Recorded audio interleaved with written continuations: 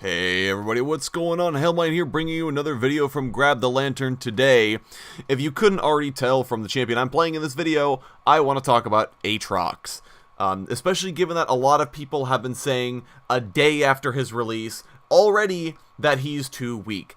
And I think that yes. Okay, let me be honest. I think that yes, I think he's too weak right now. However, a lot of people aren't understanding the purpose of the rework. The purpose of the rework was not to be all end all fix Aatrox. The purpose was simply to get Aatrox into a better state where he can be balanced while he awaits a full VGU. See, the biggest problem with Aatrox, the old Aatrox I should say, is that his setup doesn't really lend itself very heavily to making him easy to balance, because he has a free self-revive and his whole kit is about self-sustaining, and that means that if his numbers are good, you literally can't kill this man.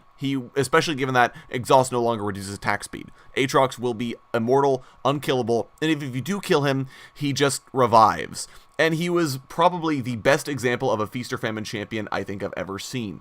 If he was ahead, you literally would never kill him. If he was behind, he was worthless. And a big part of this is because Aatrox's health costs basically said he should never ever build health, because it wouldn't matter if he gets tanky. He just loses all his health trying to survive in the lane, spamming the E and trying to last hit with it. So the biggest problem with Aatrox were all of these design flaws, so the rework's attempt was to get him into a place where he at least can be numerically balanced and still be fairly okay. So the rework attempted this in a few ways. The first was to gate Aatrox's massive sustain and healing behind windows of power. And in order to do this, this is where the blood rush effect comes from. Is Aatrox stacks up enough of his blood well, he hits blood rush, and then while he's in blood rush, he gains access to a lot of additional attack speed, attack damage, which is significant, and also has the revive passive enabled. Now, the biggest thing I will say for the new Bloodwell is that it's not very intuitive how the revive works, given that it's a passive, but also disables itself and goes on a cooldown, and is really, really difficult to tell exactly when you're going to get Bloodwell and when you won't.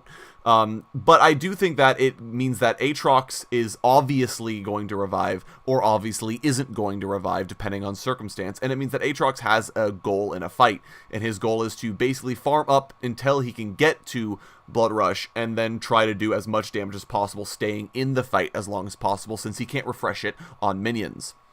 The other changes to his kit were largely designed to help get him into a place where he can't just spam E to win the lane, and also to get his W working a little bit better. I think Blood Price really wasn't holding up its end of the deal in Aatrox's previous kit, and the healing was good on Bloodthirst, but at the same time it was really, really strong, and that was part of what made Aatrox difficult to deal with.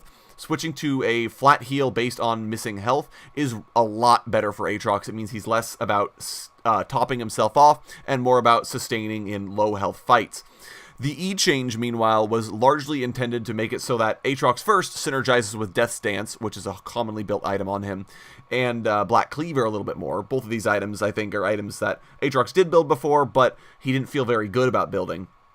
And the health cost was reduced to just a flat health cost, so Aatrox can still use it in lane if he wants to, but it's not going to be something that he can spam over and over again, and it's also something that the enemy laner can itemize against if they really want to.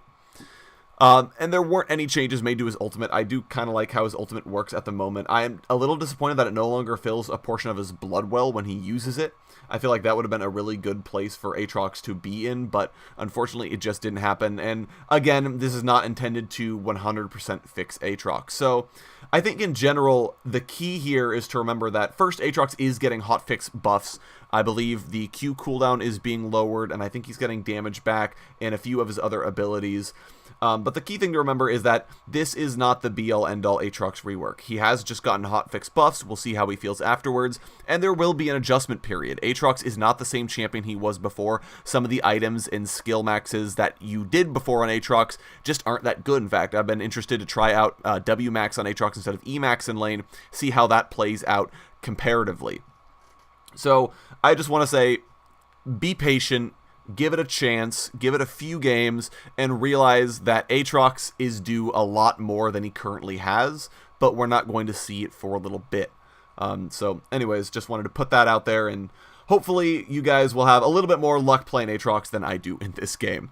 Anyways, that's going to be it for me, guys. Thank you so very much for watching. I do appreciate it. If you enjoyed the video, go ahead and leave a like. If you really enjoy the videos, consider subscribing. I upload a video every Monday, Friday, and on patch days. And go ahead and leave your comments on the new Aatrox down in the comment section below. I am very interested to know how you guys are doing, what you're building on him, maybe what you're doing. I actually really love this character, so I would like to get a little bit better on him if at all possible. Anyway, thank you guys so very much for watching, and I will talk to you all later.